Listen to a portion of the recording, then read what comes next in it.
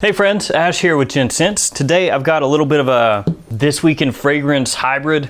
So a few new fragrances have been announced. I know I did a This Week in Fragrance about a week ago and I said I didn't think there would be any This Week in Fragrance videos for a while, which of course are the videos where I talk about upcoming releases, but there have been a few new releases announced that I'm going to highlight here today. And I've also got a first impression of this one, Carolina Herrera CH Beasts. Yeah, and it's got a tiger on it. And with the Tiger King just blowing up Netflix, I figured, why not check this one out too? I've also got English Laundry Crown, which is not technically a new release, but I picked it up, so I might check this one out as well. We've got a few things to talk about, a few things to go over, guys, so let's just jump right into it.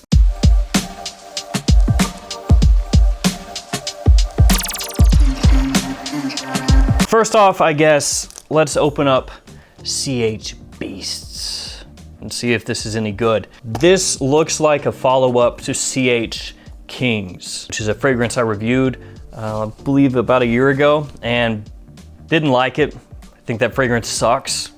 And my hopes for this one right now are kind of low, or my expectations kind of low, because CH King sucked so much. And the bottle on this actually is kind of horrendous, so I don't think it's gonna be good, but maybe it will be. It's got the same kind of velvety feel to the box as CH Kings, so if you have that fragrance or you've seen that fragrance, you know what I'm talking about. And that is a tacky bottle.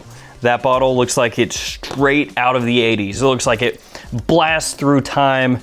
It jumped off somebody's velour jacket that was maybe dancing in a club where an 80s hair metal power ballad thing was going on, and jumped onto this fragrance bottle right here. CH Beasts, made for a Tiger King. Let's go ahead and take a look at this presentation and then we'll spray this one on. So here's the front of the box, Carolina Herrera CH Beasts, limited edition. Got the Carolina Herrera logo there at the top, little info here on the side.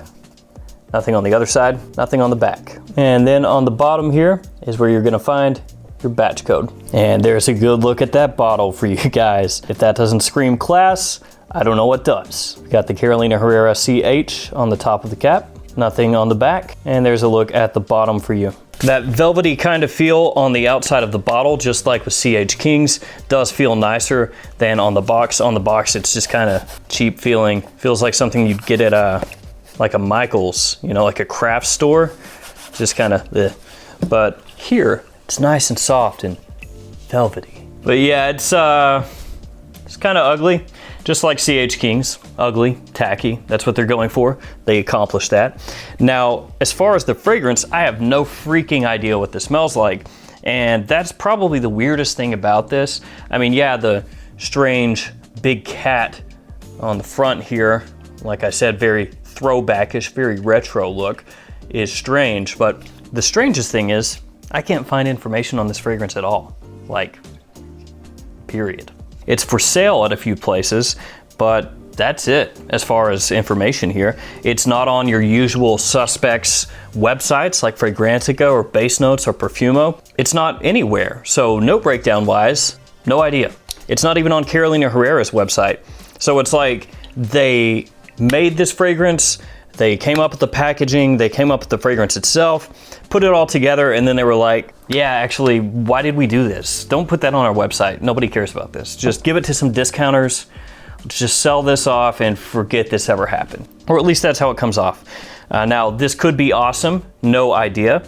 I just don't know what it's supposed to be. I don't know what the notes are supposed to be, nothing at all. With that said, let's go ahead and spray it on. Just letting this settle down for a second, gather my thoughts. Yeah, I don't know about that. It's so it's got a little bit of a watery facet to it. There's spice in here and like a green feeling to it. A little bit of sweetness as well. Not something that immediately grabs my attention. Yeah, it's just not doing it for me. Yeah, it's just kind of a little bit of aquatic something or other with some sweetness, a little bit of spice, synthetic smelling, which I don't throw that out there all that often, but this one does come across that way. I'll let this dry down. I'll see if this changes up, you know, as this video goes along. Maybe it gets a little bit better. But as of right now, my very first impression is, no, why you do this? One other thing, there are these 3 new fragrances from Mandarina Duck. I'll do a first impression on those in a different video, but these are technically new releases as well. And they have one of the stupidest names I have ever heard of in my entire life in terms of fragrances. So these are Mandarina Duck, the Duckers. The Duckers. Change the D to an F. I mean, but yeah, the Duckers. There are 3 of these. There's this one, Into the Jungle, which you can see right here, Into the Jungle. Hey, now that's a little bit like this guy right here, yeah. But we got this one, Freedom Land, and then the last one, Resort Lovers. And I know that's very washed out, sorry about that. Maybe you noticed my bottle of the Resort Lovers, or just Resort Lovers, is already open, or at least does not have cellophane on it. I bought all 3 of these from Fragrance X, and I did not open this. This is how it arrived. So 2 of mine arrived wrapped in cellophane. This one, not wrapped in cellophane. I've not opened the box yet. It's possible this was a return and then they just sold it to me, which would suck. But like I said, I've not opened this up. I've not checked to see if it's been sprayed yet, but we'll tackle those in an upcoming video. Let's talk about some of these upcoming releases while this bad boy right here dries down. First up, a new fragrance from Burberry, Mr. Burberry Element. Yes, what everybody has been clamoring for, a new Mr. Burberry. That was sarcasm. This one has a very simplistic note breakdown. It's got a top of almond, a mid of cedar, and a base of oak moss and ambergris, which I imagine is actually going to be amber wood or ambroxan or something like that. From the brand, Mr. Burberry Element is the latest fragrance from the Mr. Burberry family, caught up in a modern, masculine, and fresh campaign inspired by the wonderfully light symmetry of British nature. Introducing the new Mr. Burberry Element, cue fanfare. A fragrance that combines modern strength and green freshness. A powerful base of mineral oak moss, which forms a perfect contrast to gray amber. Yeah, ambroxan. And thus forms a unique interpretation of a wooden eau de toilette. In the fragrance heart, the spicy yet fresh juniper, so I guess there's juniper in here as well, paves the way to the addictive and sensual green almond. Although it is possible, I suppose, that the mid is actually not cedar, but is juniper, and the website that has the information on this maybe got those mixed up. But either way, that's Mr. Burberry Element. And that's going to be coming out very soon. Interesting that brands would be putting these out right now where people really can't get out and about and wear their fragrances all that much, but still yet some new things to possibly look forward to. The Mr. Burberry line has never been really highly respected in the fragrance community. I do like parts of the Mr. Burberry line. Mr. Burberry Eau de Toilette I think is a nice fragrance. I think it gets crapped on a little bit more than it actually deserves. This one, it's got a simple kind of breakdown there. Looks like just a fresh, woody, sort of masculine fragrance, but I'll have to wait and see. So I'm smelling CH Beasts, and I'm still not really with this. So it still has this little bit of a green kind of feeling to it. There's a touch of powder or like dustiness that's coming out, and a little bit resinous to an extent, but at the same time, like they're trying to go a few different routes at once, like a little bit fresh, sweet, resinous, a little bit powdery or dusty. I don't really like this, but I'll keep wearing it to see if my mind changes. Right now, still sucks. And I guess I'm gonna go ahead and spray Crown on just because, I mean, why not, right? English Laundry is a house that makes very inexpensive fragrances, assuming you buy them from discounters. I was just throwing the cellophane over there. This one I picked up for right about $14.50. Still sealed, 100 milliliters, so that is super cheap. Retail though, this goes for, I believe, $89, which is really expensive. You do not want to spend $89 on an English Laundry fragrance. Buy it from a discounter. I mean, it's legitimately 70 bucks off. And this one I got from fragrancebuy.ca. So I figured, you know, 14 bucks, 15 bucks, why not give it a try? Here is the front of the box, Crown. And there's the back. The box opens up like so, and the bottle sits down in here inside this foam cutout. Now I know it looks maybe like a really expensive presentation if you're watching this on camera and you've never felt one of these in your hand before or seen one. It's really not. This is fairly cheap feeling in your hand, but still A for effort, right? And here's the bottle. There it is for Crown. It's got a nice pattern on the bottle, and there's your sticker on the bottom. I don't believe that this fragrance is on Fragrantica. I don't know if it's on Base Notes either. I have not actually seen any reviews on this, though I know there are reviews out there, so I'm not sure exactly what this smells like. Kind of leaked onto my finger when I sprayed that out. Yeah, if I paid $89 for that, I would be pissed. I would not be happy. $15, more doable, but it really smells flat. Like there's something missing here. It doesn't have a lot of depth. It doesn't really have any pop to it. It's like it just immediately goes flat on my skin. Now this could, as always, change as it dries down, get better, nicer smelling, etc., but yeah, that kind of also sucks. So like soda, if you drink soda, you want it carbonated, right? You want it to have that punch, that pop, that sparkle, whatever you want to call it, that effervescence. This, in terms of fragrances, is like drinking flat soda. Like you spray it on and you're expecting it to grab your attention and just have, you know, some interesting things going on with the notes, something that really draws you in, and then you smell it and it's just like, bleh. That's what this is like. So what do I actually get from this? It smells very dry, like a very dry fragrance, bit of citrus off the top, but the citrus, again, like I just said 3 or 4 times, does not have that effervescence, that pop, that sparkle to really draw you in. It's just this kind of flat, semi-sweet citrus. And apple, like a little bit of apple. The apple actually more prominent than the citrus. Again, though, not an amazing smelling apple. And then just dry and like a little bit of floral kind of nuances in there. Yeah. Lavender. Good dose of lavender. Yeah, that kind of sucks. I'm sorry. If you like this fragrance, this is just a first impression. Maybe it gets better, but my first impression of this is don't buy that, but I already did, so yeah. $14.50, it's about right. Next up, let's talk about a new fragrance from Dior. This fragrance is called Oud Rosewood.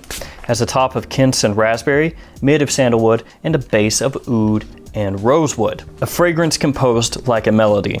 Oud Rosewood is the olfactory translation of the warm, deep, and enveloping sound of a double bass, which you must slap. Always slap the bass. This musical inspiration confers comforting woody notes on Oud Rosewood to create a melodious fragrance that expresses the encounter between the most precious woods with powerful animalic notes and the softness of rosewood notes. So I'm maybe missing something there, or something missed in translation, because I don't really see anything there necessarily that would be considered animalic other than the oud, possibly. It is an olfactory score that touches the heart, a unique fragrance with an exclusive identity. At once powerful and soft, Oud Rosewood is a fragrance full of contrasts in which creamy sandalwood embraces the animal-like power born from the fragrance's woods. So I guess that answers that, huh? So this one, Oud Rosewood, is gonna slot right in there with Oud Ispahan and Purple Oud as another oud fragrance in the Maison Christian Dior Privé line of fragrances. And I know lots of people are gonna be psyched to get their hands on that one. Next up, let's talk about a new Guerlain Lhomme Ideal Extreme, or Extreme, and then I'll go back and smell these fragrances again and wrap this up. So this is the new Lhomme Ideal from Guerlain, and they are keeping to how they've done this line in the past, which is essentially a cool weather fragrance, followed up the next year by a warm weather fragrance, followed up the next year by a cool weather fragrance, followed up the next year by a warm weather fragrance, repeat. So we initially had Lhomme Ideal, the original Eau de Toilette for cool weather. Then we had Lhomme Ideal Cologne. After that, it was Lhomme Ideal Eau de Parfum. Then after that, Lhomme Ideal Sport. Then Lhomme Ideal L'Intense. Then Lhomme Ideal Cool. And now Extreme. I'm pretty sure I got that correct. That was all from memory. So this one has a top of bergamot and pink pepper, a mid of heliotrope, almond, plum, cinnamon, and exotic spices, a lot going on there, and then a base of leather, tobacco, cedar, and patchouli. So this one, it's got a lot going on, like I said. And there are a lot of notes in here that I read and I go, yes. Plum, cinnamon, tobacco, leather. In this interpretation of the L'Homme Ideal line, Guerlain has chosen to explore new facets of almonds, the olfactory signature of the original fragrance, which you're going to find in each one of the releases in this line. At the heart of this composition, it shows itself to be oriental and extremely woody, supported by the audacity of spices and the warm charisma of tobacco. And as you can see, the new bottle comes in a nice red sort of coloration. Yeah, this one is one that I'm definitely looking forward to. I actually first heard about this particular release and saw it from my friend Eugene at You Smells Good. He had seen on Instagram where a couple bottles had started to pop up in Russia. So I knew a while back that this one was coming. I didn't know about the notes or anything like that, but even so like 2-3 weeks ago maybe, I knew that this was coming down the road, coming down the line, but didn't know exactly what was going to make up the fragrance. Obviously, I'm going to pick this one up whenever it becomes available. The notes here look awesome. This is the line of fragrances that I really enjoy. It's one that is a little bit different than a lot of your other designer lines out there right now. The quality is good, and especially if we're talking discounters, you can typically pick them up for a good price. So that one, definitely going on the list. Now let's check these fragrances out one last time and wrap this up. Crown, to me, is a no-go. It does not appeal to me all that much. For an inexpensive fragrance, it's solid. Not too bad. But again, we're talking 14 bucks here. So it would have to be so bad to not be worth 14 bucks. $89, extremely hard pass, the hardest pass that has ever passed in the history of passing. But $14, you could do worse. It is not that it smells offensive. It's just very, like I said before, flat, very dry, not really appealing, not something I personally want to smell like, not personally something I really want to smell. So it's just kind of there, it's kind of sitting on my skin and don't care about it. And now the Tiger King's fragrance, CH Beasts by Carolina Herrera, complete with, like I said before, tacky, god-awful 80s design. Some parts of the 80s were freaking awesome. This part, actually, maybe is so bad that it is freaking awesome. Talking about that art direction. So it's a little bit better now. It does not smell as crappy as it did at the beginning. I will tell you guys, this is venturing into Carolina Herrera territory. Been there, done that, smelled that. That's what this is doing. This is beginning to smell like an offshoot of the CH Man line, which I mean, it is, technically. But that's what it's smelling like. It's smelling very similar to just like a flanker of CH Man where they changed up a couple things. Not as appealing as CH Man though, not as good as CH Man. It does have that green feeling to it. Green and resinous, if that makes any sense. Like there's a bit of that green vibe to it. I keep saying that, but similar to what you'll find in CH Man, the grass note that some people talk about, a little bit similar to that, but with some resinous undertones, undercurrents going on here. So a little bit of like maybe benzoin, something like that, running underneath a green sort of vibe. It is not as bad as it was in the opening, but it is still not amazing. I will say it smells better than CH King's. CH King's, which is over here somewhere, is trash. It sucks. CH Beasts is marginally better. I don't think it's something that you need to run out and get. I paid around $60 for it, 60, and I think that was too much. So for me, this one would be like a $35 fragrance, something like that. 35, 40 bucks, right in there, probably would be a better price. The opening is not appealing to me. This part that it's going through right now, which is more in the mid of the fragrance, is like a dusty, resinous, aromatic, slightly green kind of vibe. Benzoin in there, most likely. I could be wrong, of course. I have no clue what's actually in here. And a little bit of that familiar green vibe from CH Men. This one is uninspired, and I just don't really care about it. It's not something that I think smells god-awful, but this is not a good year for flankers. Well, guys, that's gonna do it for me for this week in fragrance, kind of. If you've smelled any of these fragrances, and by these, I guess I mean these, let me know what you think about them, and otherwise, stay safe out there, guys. I'll see you tomorrow with another fragrance video, and maybe we'll be checking out the Duckers. Yeah, the Duckers. The Howard the Duckers. The Duckers Tales. Whatever. So this is way after the fact. This one has dried down. CH Beasts, to me though, not really much of a beast. Doesn't seem to be projecting all that much. And I feel like it's gonna die out here pretty quickly. Now, in the dry down, this does start to go more into that tried and tested Carolina Herrera territory, almost smelling like a sweet leather Tonka thing that they've done a million times before. It's a little bit like that. I don't know the official note breakdown here, so those may not be official notes, but that's how it starts to come across. And the opening, it did have that like aquatic green kind of thing, a little sweet that turned into more like a dusty resin fragrance, and now it's gone this direction. So it does change. It does switch up from the opening to the mid to the dry down. This is not a fragrance that you sprayed on. It stays the exact same the whole way through. My initial impression is that I don't really care for it, but I'm gonna give it more wear, see if that changes, and do a review down the road. As you guys know, CH Kings did not like, and this one initially, yeah, don't know if it's gonna be for me, but at least it's better than this one, I think.